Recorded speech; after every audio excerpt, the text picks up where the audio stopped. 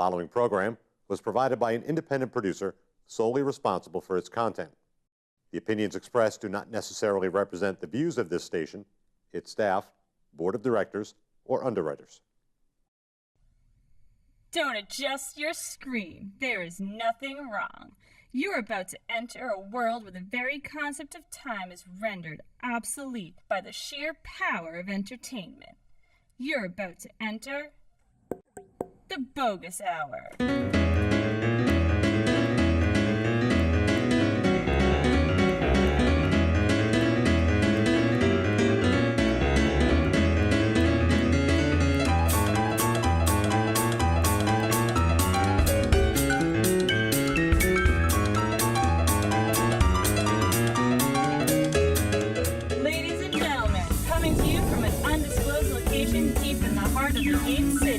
The host of the Boggis Hour, Greg Boggis. Hey, welcome to this episode of the Boggis Hour. My guest for the entire time is a comedian, a magician. He runs his own club called the LOL Comedy Lounge in North Andover, Massachusetts. He is a regular in Las Vegas and Atlantic City, and he's in the play The Last Days of Doo-Wop. My guest, Johnny Pizzi. All right, speaking of the auditions, who's going to be there? Who's that competition? Those kids from the corner, the do-race. Everything we saw before. Yeah. Richie's Yeah, they're not bad. Who else? Some guy from Lynn named Buddy Light. Buddy Light. Who the hell is he? Hey, Lucas. You ever hear a guy named Buddy Light? No, I can't say I've ever heard of a guy named Buddy Light. I mean, I know Buddy Holly, Buddy Hackett. I had a dog named Buddy. I love that dog. I don't know Buddy Light. Never heard of him. I know that Buddy Light. He's pretty good. He's good. And that was a clip of my guest, Johnny Pizzi, from the play The Last Days of Doo-Wop. He's a comedian, a magician, a staple on the comedy scene, and he's a guest on the Boggis Hour right now. Welcome, Johnny. Thanks for having me, Greg. It's a pleasure to be here. Yeah, I'm glad you came up from Boston. So tell me about The Last Days of Doo-Wop, the play that you were in. Well, you know, it's one of my first experiences doing theater. And may I say that theater is unlike anything else. You've got to get it done in one take. Right. And I had three characters in the play. I was a police officer, I was a disc jockey, and as you saw in the clip, I was one of Jerry Lewis's famous characters, the Nutty Professor. We called me Mookie, and it was so well received. The place went crazy. But you know what was amazing, Greg? All ages. There were kids like 8, 9, laughing their heads off. So it just goes to show you that Jerry Lewis character was appealing to all ages. You know? Sure, and then generations too, which is an awesome amazing. Thing. And you mentioned the difficulty of theater is, you know, the difference between a single comic. You screw up your lines, you don't do your particular bit properly, you still know how to move on. Where in theater, you've got to set up the next person for their response to you, so that's a lot of pressure. Exactly, because you know if you follow up your line, and then it's almost like a domino effect. You know what I mean? So you got to kind of catch yourself in there. You know when you're doing theater. But it was what a great experience it was, and I'm really happy to say that we are going to be reprising the show. And we're going to be calling it From Doo-Wop to Disco. It's going to be at the Stoneham Theater at the end of this year. Nice. So why don't you tell me about your career in comedy? You've been in the comedy scene in Boston for a real long time.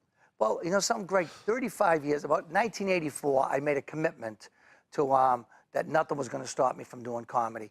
And it's just been such a great run, a lot of hard work, because I maintained 40 years in the post office. Ah, yes. But, you know, it never stopped me from, I've been fortunate enough to work in Vegas for 19 years, Atlantic City.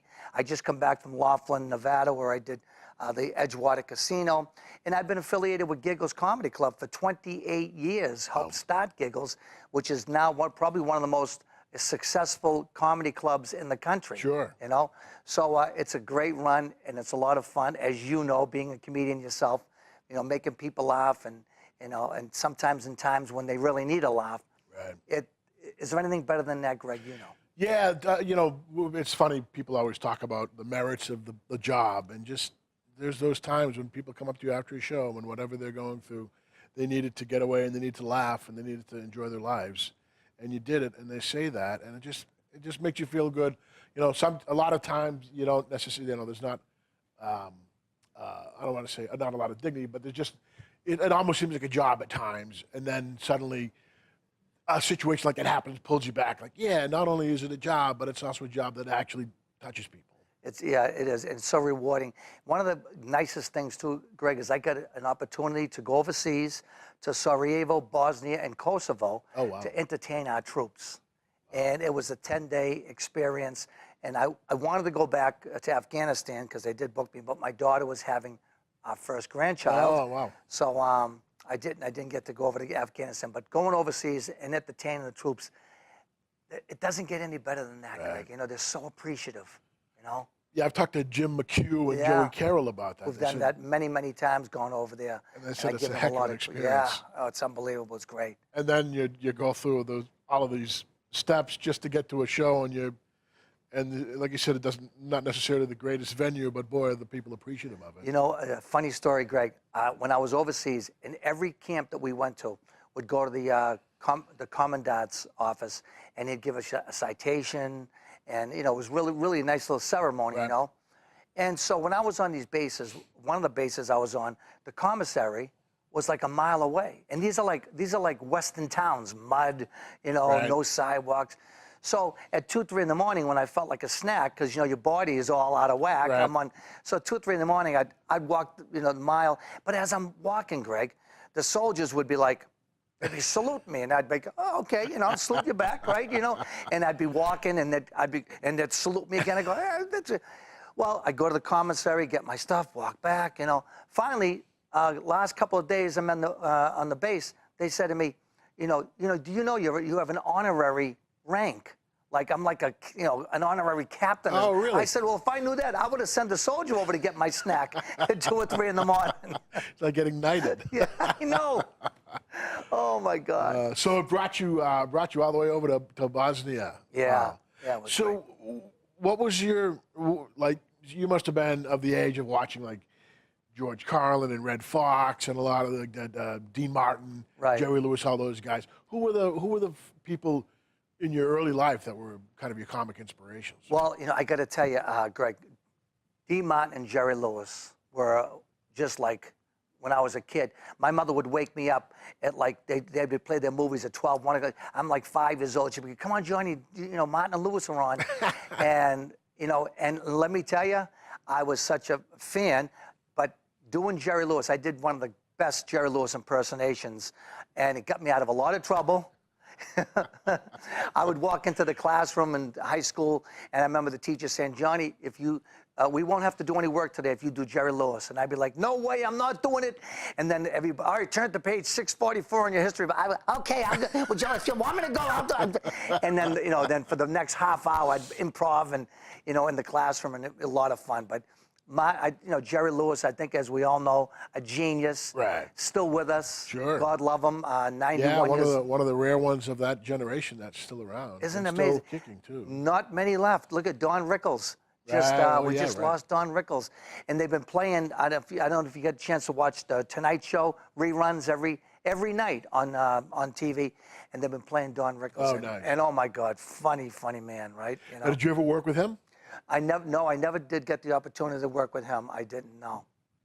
That would have been something. Yeah, oh yeah, that would have been supreme. So early on, you knew the magic trick of comedy was that it was something that diffused anger, or something that could get you off, or something that could, you know, make adults like you, make your friends like you, win people over in tough situations. You know, I think you hit it right on the nail there, Greg. When I was a kid, I thought that was my way to make friends, was making them laugh, you know, and that's how it all started, you know, doing that stuff there, and then, you know, then you realize later on, just be yourself. But when you're a kid, you don't realize it. You think, oh, I got to make everybody laugh in order to be a hit. You know what I mean? But yeah, I'd say doing comedy has just been, you know, something that I'm blessed. Put it that way. I'm blessed. You know, as you as you know yourself. Yeah, it's something. Well, yeah, I had the fortunate circumstance and the unfortunate circumstance to really like John Belushi, and he died early on, so it kind of set me up for not putting too many eggs and too much faith in other people, because Right. people are frail and weak and they can let you down. Yeah. But it also I also appreciated the hell out of his art, his appreciation of good blues music and stuff like that, and just his selling a character. He could sell a character like anybody. You know, a couple of people that, all of us in comedy, we have, Lenny Clark's been a great friend of mine for over 40 years. Wow. But I got the opportunity to meet Robin Williams, Wow. who was one of my comedy heroes. Sure. Sam Kinison, who Right. who I absolutely loved. I mean, I got to work with him, which was a tremendous thrill. Sure, that's working an with Sam honor. Talk about- Kinison. And he was just a tremendous character. I saw the craziness of Sam, but then I saw the heart, his Right. heart, and that was one of the great things as well. But Sam never did the same show twice. Right. Every show was totally different, and just an amazing, talented man. Yeah. And Robin Williams, I got to meet him a couple of times, and Sure. what a loss he was, and how sad it was the way it came about too. But he was just amazing. Well, the smile and the frown of the theater. Exactly. When they're making you laugh, but we don't know what's inside Right. them. You know what I mean, Greg? So '84, who was it? Who were the people that were kind of instrumental as you started to get into comedy? Who were the people that you? I assume Lenny was one of the guys. Here's the thing, right? I was a mailman, and I was delivering mail in Cambridge. And so, I went to an open mic, but I didn't perform. I went to a comedy show, actually. And Yeah. and after I went, I remember still who the comedians were: Mike Donovan, Barry man. Cremens, Mike McDonald. And when the show was Who's who over, of the great Boston comics. yeah, right.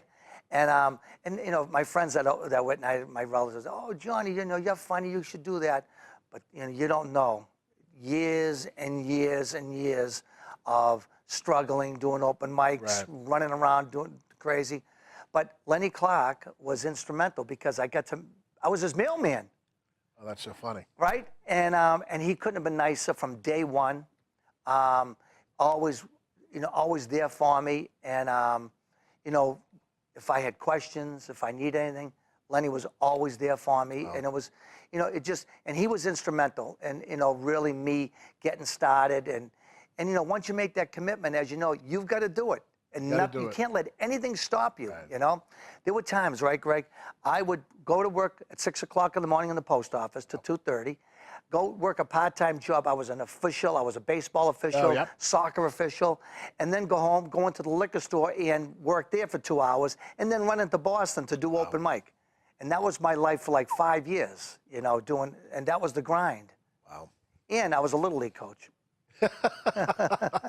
So it's amazing you had time to write a joke for heaven's I'm sakes. telling you. My kids say to me today, and they're all grown up, they're like, how did you do it? We can't understand how you did it, Never missed a school play that they were in. I was a PTO vice president. But I wasn't gonna let anything stand in front of raising the kids, you know what I mean? So it's been a great time. Was there a moment when it kind of dawned on you, yeah, I've kind of got it. It's, I know how to do it. It's working for me. This is happening. When you play Vegas, I could still remember going out there my very first time, standing on Las Vegas Boulevard and seeing my name in lights and going, oh my God, Here.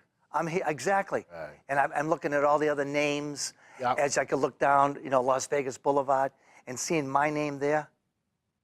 Doesn't get any better than that, And when you talk about one of the things I pride myself on is I've a lot of charitable work. Yep. And a lot of organizations, Liam Nation. I help raise money for children with Down syndrome and autism. And for a friend of mine, Mark Chiappetta, who his twin boys have Duchenne's ALS. And so I've been on their board. So, you know, that's one of the most rewarding things that at this time in my life, that's what I really, really enjoy doing, Right. is giving back and helping out. Yeah, and it's just such a great way to get people together for a cause, because who doesn't want to laugh, you know? And Exactly. even when there's tragedy involved, you're able to bring people a smile, and it's just that's really, to me, that's one of the wonderful things. And to see how many comics do that for whatever, you know, whatever their particular causes are. And there's some people, I mean, I know I've worked, you know, dozens and dozens of shows with dozens of people, and people donate their time and drive, you know, 50, 60, 100 miles and do a free show for a charity. And that's, You know, Greg, and one of the things, you know, being the Boston comedy community is such a tight-knit community. Right. You know, with the charitable work, you know, whenever I ask a comedian to help out with something, they're always there. Right. And you know, one thing if you work like in New York and LA, I've had the privilege of working at the Comedy Store, Yep. the Laugh Factory, and when you tell comics you're from Boston, they're like, really? Do you know Don Gavin? Do you know Kenny Rogerson? Right. Lenny Clark, you know, and Sure. so we're a part of a very special, the Boston comedy community. Fantastic. Yeah, well, I had, so I always tell people that I started watching comedy, you know, I watched live TV show comedy and, you know, movies for years. But my first live comedy was in '82 at the Amherst Country Club. And so this, you know, it was my 16th birthday, my folks took me there. So I got to see, you know, Sweeney and Gavin and Leary, and, you know, Noxie was a, you know, host and a middler, you know, you're kind of a young skinny kid and all that. It was just, and Dana Gould was, you know, like a 20-year-old Right, Emerson kid. And, you know, I'm trying to think of some of the other people, Diane Ford, Jimmy Smith, just all of these people. Sure. It was amazing to watch them, and so many of them gone on to, you know, like, oh yeah, I used to remember that, you know, 20-year-old dude at the Amherst Country Club, and now look at him. Look at Dennis Leary. I mean, who's been more successful than Dennis Leary? Nice. You know, right from the Boston area. You know. Successful as they come. Yeah, he's fantastic. So how about a diversion into magic? You started out doing stand-up, and then you ended up becoming a magician. Yeah, you know, it's funny, Greg, right? So I've been doing comedy for, you know, many years, and so entertaining at my little kids' parties. You know, at one time I'd dress up as Michael Jackson. Then I'd get the horse, and they'd ride the horse, and then the thing, the bouncy thing. Right, you know. right. And so one year I'm like, what am I going to do for these kids this year? So I get out to the magic store, I buy some magic stuff, and $150,000 later, you know, magic is one of my great hobbies. And I really enjoy the fact that I have this other, like, you know, sometimes, you know, when you're doing comedy, it's like, you know, you're doing the comedy, but I got something I could do that's a little bit different. Right. And sometimes it gives me that, you know, sometimes when you do something and it just gives you that little distraction that then when I get back to doing my comedy, it feels fresh again, you know? And, you know, I've gotten to meet some of the great magicians, and I go to conventions all over the country. Yeah, I was saying how it's like, you know, like I said, there's the comedy orbit, and there's also this whole, you know, the trade shows, and that, you know, people create their own gimmicks and tricks, and then they go They sell them, sure. and they pitch it, yeah. you know? Oh, yeah, it's great, you know. So I have a lot of fun doing that. Again, it's a passion of mine. Right. I go, now this August, I'll go to Vegas to one of the biggest magic conventions. It's called Magic Live. Yep. And there I'll see people like Penn and Teller just walking around, and David Copperfield in their dungarees, and some of the biggest magicians in the world just walking around, you know, and learning. You know, when you go to these conventions, it's a learning thing. You go to dealers' rooms, you buy great magic effects, and then they do them for you. Yep. So it's great, and I learned so many great things, and so it's been a real good passion of mine. I do close up, I do stage, I do mentalism, so it's a lot of fun. And has that helped you with your stand-up? Has the craft of comedy, I mean, the craft of magic, given you insight into how to better do your stand-up? What comedy has given me is the confidence. Right. You see, you know, to get up there and do it, you know. And I don't think if I didn't have that comic confidence, you know, because you have to, again, when you're doing a magic effect, it's like you're selling it, you know what I mean? And so when you have that confidence, well, it's like, put it this way, Greg, it's like writing a joke. Yep. You write a joke. When you first tell the joke and you don't have confidence in the joke, sometimes it doesn't really go over that good. Right. But when you get confidence in that joke, that's what brings it over. Right. That's what. Babe Ruth pointing to the. Yeah, right. Bang, exactly. you know what's going It's when there. when you deliver something with confidence, makes all the difference in the world. And sometimes when I teach comedy courses, that's the first thing. You have to have confidence in what you do. Sometimes I notice a lot of new comics. Sometimes when they're doing their material and they swear a lot, they swear a lot because they don't have confidence in the material. And I've told some of the biggest names that you'll see in Boston. One day I took a guy aside and I said, you know, you got some great material. You don't need to swear like you do. You know, have confidence. And he took my advice, and, you know, it just made such a big difference in his delivery and his material. Yeah, and you can see that with crowds too, because you can see that it becomes a crutch for a lot of people. That is Exactly. And I'm not, you know, and I'm not somebody that's against swearing, but No. you got to use it judiciously, or else it becomes. I used to work at a place, and it was just, you know, one of the managers would just always yell, always appear. I'm like, you know, nobody hears you yelling because you're always yelling. Exactly. You finally learn to bring it down a few notches. Yeah, sure, exactly.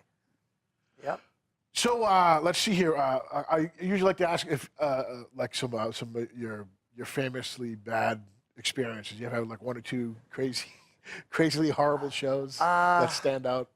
Well, you know, it's funny you should say that, because the other night, okay, now I had done a show in Andover at the Temple Emmanuel, and sold out show with Lenny Clark. I helped put the show together.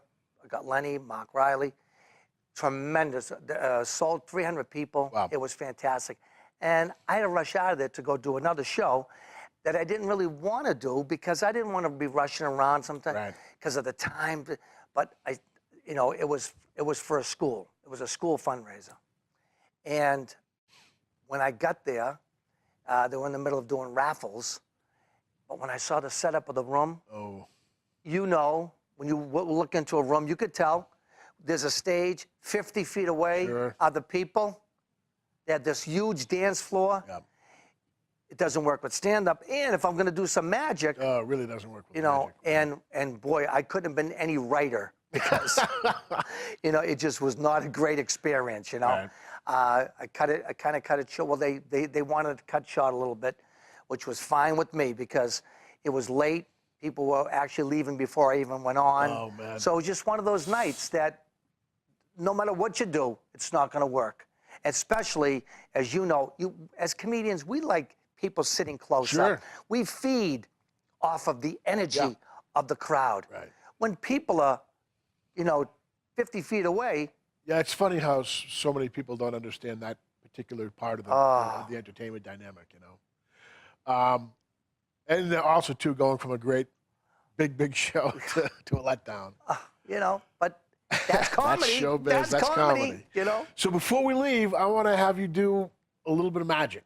I would love to. Yeah, I'd love to. Okay. So let's see some magic. I did this last night at Mohegan Sun. Okay. And people loved it. So, and I want to show you that this is, I don't know if the camera could see this. It's a regular deck, see? All different cards. And I'm going to have you right now pick a card. Now, notice what I'm doing. You got them face up. I got them face up. Anything you like. Okay. Okay, good? That one right there. Beautiful. And here's what I want you to do.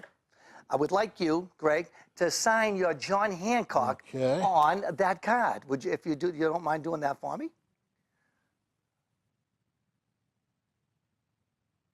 Fantastic. I'm going to show everybody. There's the camera. There's the camera. This is Greg's card right here, everybody. His signature. All righty. And we're going to go just like this. Now, Greg, here's what we're going to do. We're going to take your ace of diamonds. Yep. Sign. Now, if this was the deck with all ace of diamonds, there would be one card that had Greg's signature, would separate it from everything. So we're going to take his card just like this, and we're going to fold it just like this. We're going to fold it up like this. Now, Greg, here's what I'm going to have you do. You could either bite it or just put it between your teeth, just like that. Excellent, excellent. Okay, good.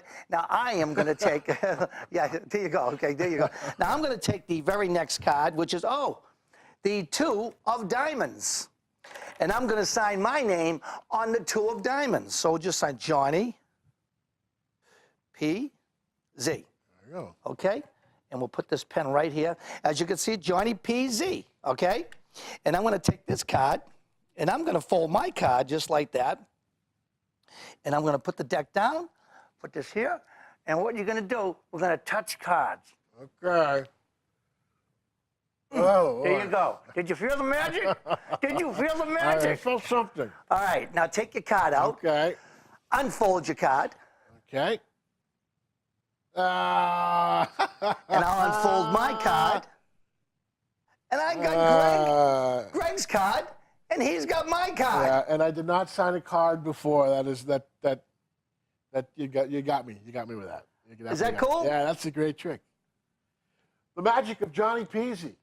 Yes. Comedian, magician. You can see him at LOL Comedy Lounge in Vegas, Atlantic City, Laughlin, Giggles and Saugus, and the Boggis Hour. So thanks for coming out, Johnny. Great trip. It's been my pleasure. All right. Thank you, Greg. Thank you. If you or someone you know would like to be a guest on the Boggis Hour, email us here at thebogishour@gmail.com.